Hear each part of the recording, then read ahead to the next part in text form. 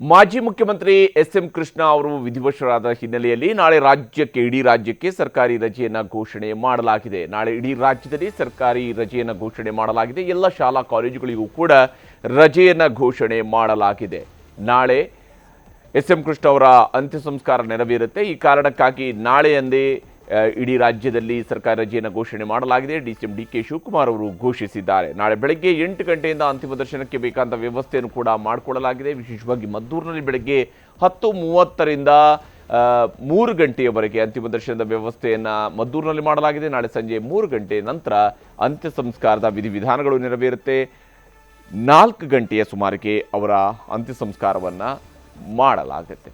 SM. Krishna ಕರ್ನಾಟಕದ ಅತ್ಯಂತ ವಿಶಿಷ್ಟ ಛಾಪನ್ನು ಮೂಡಿಸಿದಂತಹ ವರ್ಣರಂಜಿತ ರಾಜಕಾರಣಿ, ಸುಸಂಸ್ಕೃತ, ಬುದ್ಧಿವಂತ, ದೂರದೃಷ್ಟಿಯ ಕನಸುಗಾರ ರಾಜಕಾರಣಿ.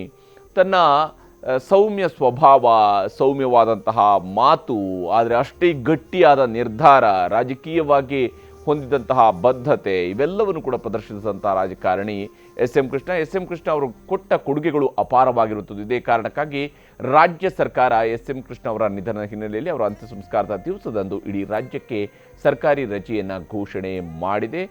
ಉಪಮುಖ್ಯಮಂತ್ರಿ ಡಿ.ಕೆ. ಶಿವಕುಮಾರ್ ಅವರು ಈ ಘೋಷಣೆಯನ್ನು ಮಾಡಿದ್ದಾರೆ. ಕರ್ನಾಟಕ ಸರ್ಕಾರ ಈಗ ತಾನೇ ನಾವು ಬೆಳಗಾಂನಲ್ಲಿ ಬಿಸಿನೆಸ್ ಅಡ್ವೈಸರಿ ಕಮಿಟಿ ಸಭೆ ಕೂಡ ನಡೆಸಿದೆ. ಬೆಳಗ್ಗೆ ಮುಖ್ಯಮಂತ್ರಿಗಳ ಹತ್ರ ಕೂಡ ನಾನು ಬೆಳಗ್ಗೆ ಎದ್ದು ಚರ್ಚೆ ಮಾಡಿದ್ದೇನೆ. ನಾಳೆ ಬೆಳಗ್ಗೆ ನಾಳೆ ಸರ್ಕಾರದ ರಜಾ ಘೋಷಣೆ ಆಗಿದೆ ಇಡೀ ರಾಜ್ಯದ ಉದ್ದಕ್ಕೂ ಕೂಡ. ನಾನು ನಿರೀಕ್ಷೆ ಇಟ್ಟಿಲ್ಲ ತಿರ್ಗಾ ಉಪಚುನಾವಣೆ ಬರ್ತದಂತ ನಾನು ನಿರೀಕ್ಷೆ ಇಟ್ಟಿಲ್ಲ. 2005ರಲ್ಲಿ ಅವರು ಗವರ್ನರ್ ಆಗಿ ಮಹಾರಾಷ್ಟ್ರದಿಂದ ಆಯ್ಕೆ ಆದಮೇಲೆ ಇಲ್ಲಿ ರಾಜೀನಾಮೆ ಕೊಟ್ಟಿದ್ದ ಕಾರಣಕ್ಕೆ ನಾನು ಚಾಮರಾಜಪೇಟೆ ಬೈ ಎಲೆಕ್ಷನಲ್ಲಿ ನಾನು ಗೆದ್ದಿದ್ದು. ಇಲ್ಲಾಂದ್ರೆ ನಾನು ಎಲ್ಲ ಅಲ್ಲಿ ಪೊಲಿಟಿಕಲಿ ನಾನು ಕ್ಲೋಸ್ ಆಗಿದೆ. ನಾನು ಕ್ಲೋಸ್ ಆಗಿದೆ. ಆ ಕಾರಣಕ್ಕೆ ಅವ್ರು ರಾಜೀನಾಮೆ ಕೊಟ್ಟಿದ್ದ ಕಾರಣಕ್ಕೆ ಇವತ್ತು ನಾನು ಚಾಮರಾಜಪೇಟೆಯಿಂದ ಗೆದ್ದು 5 ಬಾರಿ ಎಮ್ ಎಲ್ ಎ ಆಗಿದ್ದೀನಿ. ಎಸ್.ಎಂ. ಕೃಷ್ಣ ಅಂದರೆ ನನ್ನನ್ಸಿಕೆ ರಾಜಕೀಯದಲ್ಲಿ ಅವ್ರು ಸಿಕ್ಕಿರೋದು ಅವಕಾಶ ಬೇರೆ ಯಾವ ರಾಜಕಾರಣಿಗಳಿಗೂ ಸಿಕ್ಕಿಲ್ಲ. 62ರಲ್ಲೇ ಯಾವುದೋ ಇದರಿಂದಾನೇ ಇಂಡಿಪೆಂಡೆಂಟ್ ಆಗಿ ಪಾರ್ಟಿಯಿಂದಾನೇ ಎಮ್ ಎಲ್ ಎ ಆಗಿದ್ರು, ಆಮೇಲೆ MP ಆಗಿದ್ರು, ಚೀಫ್ ಮಿನಿಸ್ಟರ್ ಆಗಿದ್ರು, ಕೇಂದ್ರದ ಮಂತ್ರಿ ಆಗಿದ್ರು, ಸ್ಪೀಕರ್ ಆಗಿದ್ರು, ಗವರ್ನರ್, ಎಲ್ಲ ಹುದ್ದೆಯನ್ನು ಯಾರನ್ನ ರಾಜಕಾರಣಿಗಳು ಅನುಭವಿಸಿದ್ದಾರೆ ಅಂದರೆ ಅದು ಮಾನ್ಯ ಎಸ್.ಎಂ. ಕೃಷ್ಣ ಅವರು. ಇವತ್ತು ಅವರು ನಿಧನ ಹೊಂದಿರೋದು ನಮ್ಮ ಬಹಳ ದುಃಖ. ಒಂದು ನಮ್ಮ ರಾಜ್ಯಕ್ಕೆ ದೊಡ್ಡ ನಷ್ಟ ಅಂತ ಹೇಳಕ್ಕೆ ಬಯಸ್ತೀನಿ ನಾನು.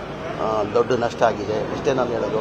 ಭಗವಂತ ಅವ್ರ ಕುಟುಂಬಕ್ಕೆ ಇದು ಸಹಿಸ್ಕೊಳ್ಳೋದು ಶಕ್ತಿ ಕೊಡಲಿ ಅಂತ ಆ ಭಗವಂತ ಅಂತವ ನಾನು ಪ್ರಾರ್ಥನೆ ಮಾಡ್ತೀನಿ.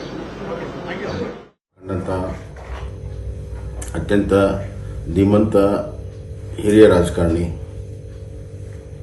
ಸ್ವತಂತ್ರ ಪೂರ್ವದ ಒಂದು ತಲೆಮಾರು.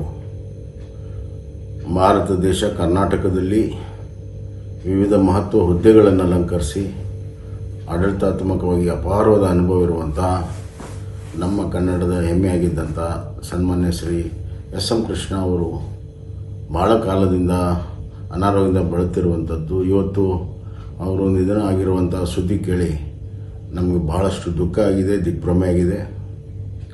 ಒಬ್ಬ ಹಿರಿಯರು, ಮಾರ್ಗದರ್ಶಕರು, ಹಿತಚಿಂತಕರನ್ನ ಕಳ್ಕೊಂಡಿದ್ದೇವೆ ಅನ್ನೋಂಥ ಭಾವನೆ ನನಗೆ ಬರ್ತಾ ಇದೆ. ಕರ್ನಾಟಕ ಎಸ್.ಎಂ. ಕೃಷ್ಣ ಅವ್ರನ್ನ ಕಳ್ಕೊಂಡು ಭಾಳ ಬಡವಾಗಿದೆ. ಸಾರ್ವಜನಿಕ ಜೀವನದಲ್ಲಿ ಅತ್ಯಂತ ಒಂದು ಪರಿಶುದ್ಧವಾಗಿರುವಂಥ ಬದುಕನ್ನು ನಡೆಸಿ ಆದರ್ಶಮಯವಾಗಿರುವಂಥ ನಡವಳಿಕೆಯಿಂದ ಇಡೀ ಭಾರತಕ್ಕೆ ಅತ್ಯಂತ ಪ್ರಿಯರಾಗಿದ್ದಂಥವ್ರು ಎಸ್.ಎಂ. ಕೃಷ್ಣ ಅವರು. ಅವರು ವಿದೇಶದಲ್ಲಿ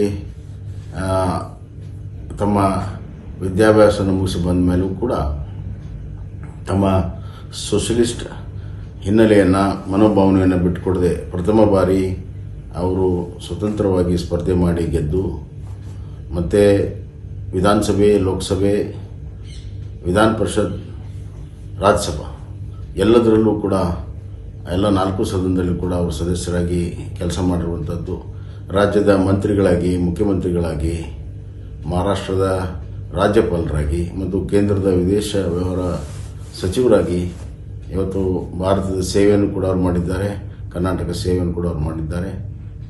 ರಾಜಕಾರಣಿಗಳಿಗೆ ಆದರ್ಶವಾಗಿರುವಂಥ, ಆಡಳಿತಗಾರರಿಗೆ ಮಾರ್ಗದರ್ಶಕವಾಗಿರುವಂಥ ಅವರ ಬದುಕು ಅತ್ಯಂತ ಪರಿಪೂರ್ಣದ ಕೂಡಿದೆ.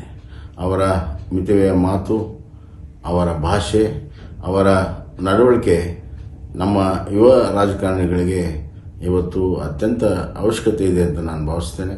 ಕರ್ನಾಟಕದಲ್ಲಿ ಒಬ್ಬ ಧೀಮಂತ ನಾಯಕ, ದೂರದೃಷ್ಟಿಯ ನಾಯಕ ಮತ್ತು ವಿಶೇಷವಾಗಿ ಕರ್ನಾಟಕದ ಅಭಿವೃದ್ಧಿಯಲ್ಲಿ ಬಹಳ ದೊಡ್ಡ ಪಾತ್ರವನ್ನು ವಹಿಸಿದಂಥವ್ರು. ಇವತ್ತು ಬೆಂಗಳೂರಿನ ಬೆಳವಣಿಗೆ, ಬೆಂಗಳೂರಿನ IT-BT ವಿಚಾರದಲ್ಲಿ ಅವ್ರು ಮಾಡಿರುವಂಥ ಕೊಡುಗೆ ಅಷ್ಟೇ ಅಲ್ಲ, ಅವರು ತಂದಂಥ ಮಿಡ್ ಡೇ ಮೀಲ್ ಏನಿದೆ, ಮಧ್ಯಾಹ್ನದ ಊಟ ನಮ್ಮೆಲ್ಲರೂ ಕೂಡ ನೆನಪಾಗಿದೆ. ಅವರು ತಂದಂಥ ಯಶಸ್ವಿ ಯೋಜನೆ ಕೂಡ ನಮಗೆ ಸ್ಮರಣೆಗೆ ಇವತ್ತು ಅದು ಬರ್ತಾ ಇದೆ. ಅಷ್ಟೇ ಅಲ್ಲ, ಅವರು ಇವತ್ತು ರಾಜಕಾರಣದಲ್ಲಿ ಯಾವುದೇ ಹುದ್ದೆಯಲ್ಲಿದ್ದರೂ ಕೂಡ ತಮ್ಮ ವ್ಯಕ್ತಿತ್ವವನ್ನು ಎಂದೂ ಕೂಡ ಬಿಟ್ಟುಕೊಡದೆ ಅತ್ಯಂತ ಸ್ವಾಭಿಮಾನದ ಬದುಕನ್ನು ಕೂಡ ಅವರು ನಡೆಸಿದ್ದರು. ಅವರು BJPಯನ್ನು ಸೇರಿ ನಮ್ಮ ಪ್ರಧಾನಮಂತ್ರಿಗಳಿಗೆ ಬಹಳ ಹತ್ತಿರವಾಗಿರುವಂಥ ಒಬ್ಬ ಧೀಮಂತ ನಾಯಕ. SM ಕೃಷ್ಣರವರು ಬಹಳ ಹಿರಿಯ ಮುತ್ಸದಿ. ಕೇವಲ ಕರ್ನಾಟಕಕ್ಕೆ ಮಾತ್ರ ಅಲ್ಲ, ಇಡೀ ರಾಷ್ಟ್ರದಲ್ಲೇ ಒಬ್ಬ ಮುತ್ಸದಿ ಮತ್ತು ಮೃದು ಭಾಷಿ ಮತ್ತು ಅಸಾಧ್ಯ ಪಾಂಡಿತ್ಯವನ್ನಿದ್ದಂಥ SM ಕೃಷ್ಣ ಅವರ ಅಗಲಿಕೆ ಕರ್ನಾಟಕ ರಾಜ್ಯಕ್ಕೆ ಅಲ್ಲ, ಇಡೀ ರಾಷ್ಟ್ರಕ್ಕೆ ಬಹಳ ದೊಡ್ಡ ನಷ್ಟ ಆಗಿದೆ. ರಾಜ್ಯದ ಮುಖ್ಯಮಂತ್ರಿಗಳಾಗಿ, ರಾಜ್ಯದಲ್ಲಿ ಮಂತ್ರಿಗಳಾಗಿ, ದೇವರಾಜ ಅವರ ಮಂತ್ರಿಮಂಡಲದಲ್ಲಿ ಮಂತ್ರಿಗಳಾಗಿ, ಕೇಂದ್ರದಲ್ಲಿ ಮಂತ್ರಿಗಳಾಗಿ ಮತ್ತು ಮಹಾರಾಷ್ಟ್ರದ ರಾಜ್ಯಪಾಲರಾಗಿ ಹಲವಾರು ಹುದ್ದೆಗಳನ್ನು ಅಲಂಕರಿಸಿದಂಥ SM ಕೃಷ್ಣರವರು ರಾಷ್ಟ್ರಕ್ಕೆ ಮತ್ತು ರಾಜ್ಯಕ್ಕೆ ಬಹಳಷ್ಟು ಕೊಡುಗೆ ಕೊಟ್ಟಿರ್ತಕ್ಕಂಥದ್ದು ನೋಡಿದಾಗ ಅವರ ಅಗಲಿಕೆ ಭಾಳ ಕಷ್ಟದಿಂದ ತೆಗೆದುಕೊಳ್ಬೇಕಾಗತ್ತೆ. ಮತ್ತು ಅವರ ಸ್ವಭಾವ ಹೇಗಿತ್ತು ಅಂತ ಹೇಳಿದ್ರೆ, ಯಾವುದೇ ಸಂದರ್ಭದಲ್ಲೂ ಸಹ ಬೆಂಗಳೂರು ನಗರಕ್ಕೆ ಹೆಚ್ಚಿನ ಒತ್ತನ್ನು ಕೊಟ್ಟು ಬೆಂಗಳೂರು ನಗರವನ್ನು ಒಂದು ಅಂತಾರಾಷ್ಟ್ರೀಯ ಮಟ್ಟದ ನಗರವನ್ನಾಗಿ ಮಾಡಬೇಕು ಅಂಥೇಳಿ ಆಸೆ ಭಾಳ ಇತ್ತು. ಅದನ್ನು ತಕ್ಕ ಮಟ್ಟಿಗೆ ಆದರೂ ಸಾಧಿಸಿದ್ದಾರೆ. ಇವರ ಅಗಲಿಕೆ ಎಲ್ರಿಗೂ ಸಹ ಭಾಳ ದುಃಖವನ್ನು ಉಂಟು ಮಾಡಿದೆ. ಭಗವಂತ ಅವರ ಕುಟುಂಬದವರಿಗೆ ಶಕ್ತಿ ಕೊಡಲಿ, ಈ ಒಂದು ನಷ್ಟವನ್ನು ಭರಿಸಲಿ. SM ಕೃಷ್ಣ ಸಾಹೇಬ್ರ ನಿಧಾನ ಇದೇನು ಈ ರಾಜ್ಯಕ್ಕೆ ಒಂದು ದೊಡ್ಡ ಅಘಾತವಾದಂಥ ನುಕ್ಸಾನ, ಅದರ ಜೊತೆಗೆ ಇಡೀ ದೇಶಕ್ಕೆ ಕೂಡ. ಯಾಕಂದ್ರೆ ಅವರು ಭಾರತ ದೇಶದ ರಾಜಕಾರಣದಲ್ಲಿ ಎಲ್ಲ ಹುದ್ದೆಗಳನ್ನು ಹೊಂದಿರತಕ್ಕಂಥವ್ರು. ಅಪ್ಪರ್ ಹೌಸ್ನಲ್ಲಿ ಕೆಲಸ ಮಾಡಿದ್ದಾರೆ, ಲೋವರ್ ಹೌಸ್ನಲ್ಲಿ ಕೆಲಸ ಮಾಡಿದ್ದಾರೆ, ಸೆಂಟ್ರಲ್ ಗೌರ್ಮೆಂಟ್ ಅಲ್ಲಿ ಕೆಲಸ ಮಾಡಿದ್ದಾರೆ, ರಾಜ್ಯದ ಮುಖ್ಯಮಂತ್ರಿಯಾಗಿ ಕೆಲಸ ಮಾಡಿದ್ದಾರೆ. ಅವ್ರನ್ನ ನಾನು ಬಹಳ ಹತ್ತಿರದಿಂದ ಕಂಡಿದ್ದೇನೆ, ಹಲವಾರು ಸಲ ನಾನು ಭೇಟಿಯಾಗಿದ್ದೇನೆ. ನನ್ನ ಎಕ್ಸ್ಪೀರಿಯನ್ಸ್ ಅವ್ರ ಜೊತೆ ಇರತಕ್ಕಂಥದ್ದು, ವೆನ್ಎವರ್ ನಾನು ಯಾವಾಗ ನಾನು ಅವ್ರಿಗೆ ಭೇಟಿಯಾಗಿದ್ದೀನಿ, I always felt one of the most visionary leader, aristocratic leader ಅಂತ ಕೂಡ ಹೇಳ್ಬೋದು, ಸ್ಟೈಲಿಶ್ ಲೀಡರ್ ಅಂತ ಕೂಡ ಹೇಳ್ಬೋದು.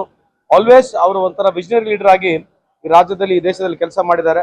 ಎಲ್ಲರಿಗಿಂತ ಹೆಚ್ಚಾಗಿ ಕರ್ನಾಟಕದ ಗ್ರೋತ್ಗೆ ಇವತ್ತು IT ಇಂಡಸ್ಟ್ರಿ ಮಟ್ಟಕ್ಕೆ ಬೆಳಿಬೇಕಾಗಿದ್ರೆ SM ಕೃಷ್ಣ ಅವರು ನಾನು ಅನಿಸ್ಬೇಕಂತ ಈ ಸಂದರ್ಭಕ್ಕೆ ಹೇಳಲಿಕ್ಕೆ ಇಚ್ಛೆ ಬಯಸ್ತೀನಿ. ಅವರು ಇವತ್ತೇನೋ ನಿಧನ ಹೊಂದಿದ್ದಾರೆ, ಅವ್ರ ಫ್ಯಾಮಿಲಿಗೆ ಆ ಭಗವಂತ ದೇವರು ಆ ನಷ್ಟವನ್ನು ಎದುರಿಸ್ತಕ್ಕಂಥ ಶಕ್ತಿ ಆ ಭಗವಂತ ಅವ್ರ ಫ್ಯಾಮಿಲಿಗೆ ದಯಪಾಲಿಸಲಿ ಅಂತ ತಮ್ಮ ಮುಖಾಂತರ ಹೇಳಲಿಕ್ಕೆ ಇಚ್ಛೆ ಬಯಸ್ತೀನಿ. ನನಗೆ ಅವರು ಗವರ್ನರ್ ಆದಂಥ ಸಂದರ್ಭದಲ್ಲಿ, ಮಹಾರಾಷ್ಟ್ರದ ಗವರ್ನರ್ ಆದಂಥ ಸಂದರ್ಭದಲ್ಲಿ ನಾನು ಹಲವಾರು ಸಲ ಭೇಟಿ ಮಾಡಿದ್ದೀನಿ. ನಾನು ಮೊದಲನೇ ಬಾರಿಗೆ ನಾನು ಕಾಂಗ್ರೆಸ್ ಸೇರಿದಂಥ ಸಂದರ್ಭದಲ್ಲಿ ಅಲ್ಲಿಂದ ನನಗೆ ಅವರಿಗೆ ಸಂಪರ್ಕದಲ್ಲಿದ್ದೆ. ನನ್ನ ಸಂಬಂಧಗಳು ಅವ್ರ ಜೊತೆಗೆ ಬಹಳ ಆತ್ಮೀಯವಾಗಿದ್ದ ಸಂಬಂಧಗಳು ಇದ್ವು. ಬಹಳ ಹಲವಾರು ಸಲ ನಾನು ಜಾಸ್ತಿ ಮೀಟ್ ಆಗಿಲ್ಲ, ಒಂದು 5-6 ಸಲ ಮೀಟ್ ಆಗಿದ್ರು ಕೂಡ ನನಗೆ ಬಹಳ ಅತ್ಯಂತ ಆತ್ಮೀಯತೆಯಿಂದ, ಗೌರವದಿಂದ ನನಗೆ ಬಹಳಷ್ಟು ಸರಿ ಮಾರ್ಗದರ್ಶನ ನೀಡುತ್ತಾ ಇಡೀ ಜಿಯೋಪೊಲಿಟಿಕಲ್ ಸಿಚುವೇಶನ್ಸ್ ಬಗ್ಗೆ, ಫಾರಿನ್ ಅಫೇರ್ಸ್ ಬಗ್ಗೆ ನನಗೆ ಬಹಳಷ್ಟು ಮಾಹಿತಿಯನ್ನು ಕೊಟ್ಟಿರ್ತಕ್ಕಂಥ, ನನಗೆ ಮಾರ್ಗದರ್ಶನ ಮಾಡಿರ್ತಕ್ಕಂಥ SM ಕೃಷ್ಣ ಸಾಹೇಬ್ರನ್ನ ಈ ಸಂದರ್ಭದಲ್ಲಿ ಅನಿಸ್ಲಿಕ್ಕೆ ಇಚ್ಛೆ ಬಯಸ್ತೀನಿ.